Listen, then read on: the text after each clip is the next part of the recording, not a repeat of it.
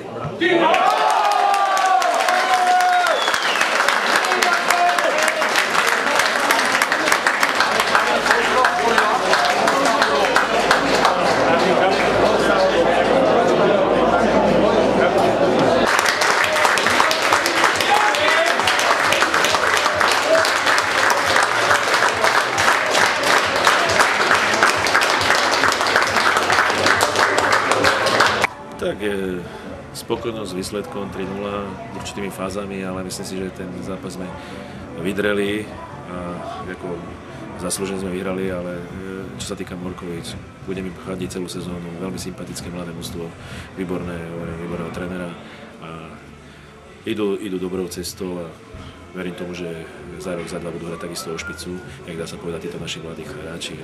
Fakt klobúk dole pred tými Morkovicami. Myslím si, že ten 3-0 pre nich je výsledok dosť krutý. A naši chalani, dá sa povedať, vidieť, že už tých zápasov je dosť. Od toho pohára podobne, úzky káder a tá únava tam vyzerá, že je. Niektorí hráči sú zranení, ako Roman Macku, sa travité, keď sa nemohol nastúpiť. Problémy mal Přemovenie, má problémy, Patrik Ďanek má problémy, takže musíme to stále nejak prehadzovať. Ale zase veľkosť mužstva, musím ich pochváliť, veľkosť mužstva je, že ten zápas zvládli, vyhrali 3-0, dostali gól a klobúk dole pred nimi, hovorím. Stále sa nedá hrať pekný fotbal, stále sa nedá hrať dobrý fotbal. Dôležité, hovorím, sú výsledky, teraz momentálne že bol výsledok, že to potvrdili a musíme sa pripraviť zdravotne tak, aby sme zvládli zápas v stredu, v nedeľu, vlastne v sobotu Petrovice a v stredu Karvinej Bečku. No tam myslím si, že bude dosť náročný zápas. Ideme svojou cestou a verím tomu, že tí chlapci tí chlapci budú zo zápasu na zápas, keď sa dajú fakt zdravotne dokopy a trošku si odpočinú, potrebujú, takže budú hrať dobrý futbal. Aj dobré výsledky budú, aj dobrý futbal budú.